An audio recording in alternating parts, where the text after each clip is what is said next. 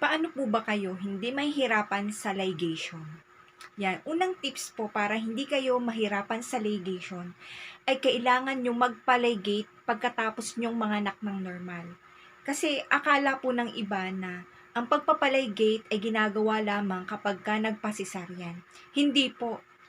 Ang ligation po pagkatapos ng manganak ng normal ay isinuggest mismo sa akin ng doktor. Dahil yun po ay mas mabilis pong gumaling ang hiwa.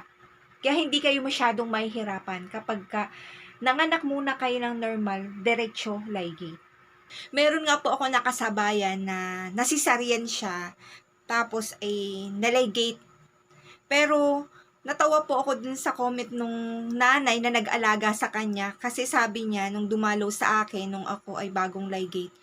Sabi niya, nakakangiti na nga daw ako agad at nakakabangon. Samantalang nung yung kanyang anak, sa ganung buwan, parang 1 month pa lang noon, ay talagang kailangan ng alalay ng kanyang anak sa pagbangon pa lang, sa pagpapadede. Samantalang ako, 1 month, nakakabangon na agad ako. O, yun nga mismo kahit nung pagkalabas ko pa lang sa ospital, nakakabangon na agad ako. Samantalang yung kaibigan ko na nesesaryan, kailangan talaga niya ng tulong. Kahit dun sa simpleng pagpapadede, pagbangon, talagang kailangan talaga ng alalay kapag bagong ligate ang nasesaryan, yung sabay na ang sesaryan. Noon ko lang talaga na-realize na napakahirap daw talaga pala ng nasesaryan.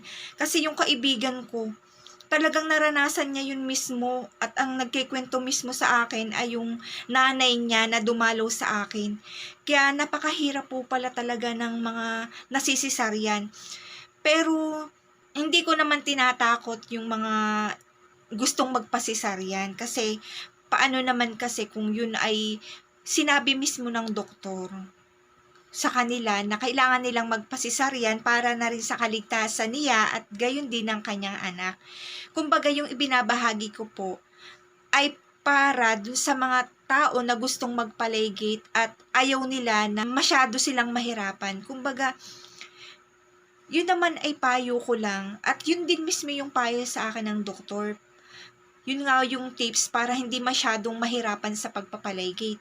Kasi nga sabi nga ng doktor, yung nasisisaryan ay napakahirap. At syempre kasabay pa yung ilaligate pa, isang hirap na uli yun. Kumbaga may ibang sakit doon na mararanasan pa bukod dun sa hiwa ng nasisaryan, syempre may puputulin kapag naligate. Yung pinuputol po ay yung fallopian tube. Kaya kumbaga talagang mas mahirap yung mararamdaman ng mga nasisisaryan. Kaya hanggat maari po, ay kung gusto nyo magpaligate, ay manganak po muna kayo ng normal. Ang ikalawang tips din na ibibigay ko sa inyo para hindi kayo masyadong mahirapan sa pagpapaligate, ay dapat na at least dapat po sa loob ng 2 months ay meron kayong katulong sa bahay o katuwang.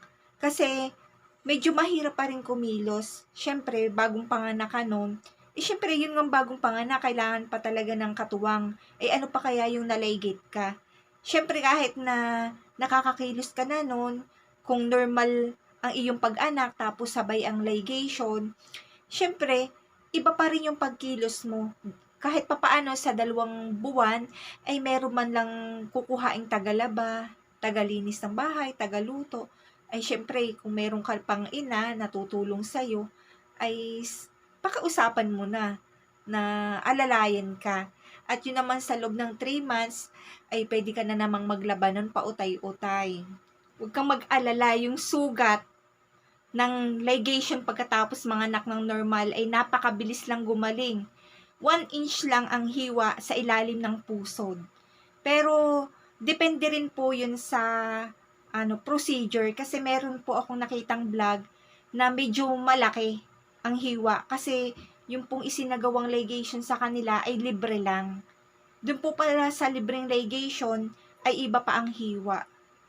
Pero sa akin po kasi, nagbayad po mismo ako dun sa doktor, ay 1 inch lang po sa ilalim ng pusod ang hiwa. ito pa nga po yung isang tips na ibibigay ko sa inyo para hindi kayo masyadong mahirapan sa pagpapaligate. Dapat po kasi kapag lalabas ng ospital, ay kayo po ay nakaihi at nakadumi na. Kaya para po hindi kayo malagyan ng catheter, napakahalaga po na kayo ay makadumi at makaihi bago kayo lumabas ng ospital. Yan, dyan po sa mga vlog ko po, meron po ako mga tips na ibinigay dyan para hindi po kayo malagyan ng catheter. Kaya nga po nung may magtanong sa akin kung nalalagyan ba daw ng catheter kapag nagpapaligate, sabi ko po ay hindi ko po alam, pero meron po mga nag-comment na nalalagyan nga daw po ng catheter. Pero ako po hindi talaga ako nalagyan. Kaya, nandyan po yung tips, panoodin nyo na lang po yung iba ko pang mga vlog dyan. Sana po ang aking pong video ay nakatulong sa inyo. At kung meron po kayong mga katanungan, mag-comment lang po kayo dyan. At kung mapansin ko po ang inyong katanungan, ay akin pong sasagutin yon kapag ko napansin ko. Yan. Maraming salamat po. Please like and subscribe.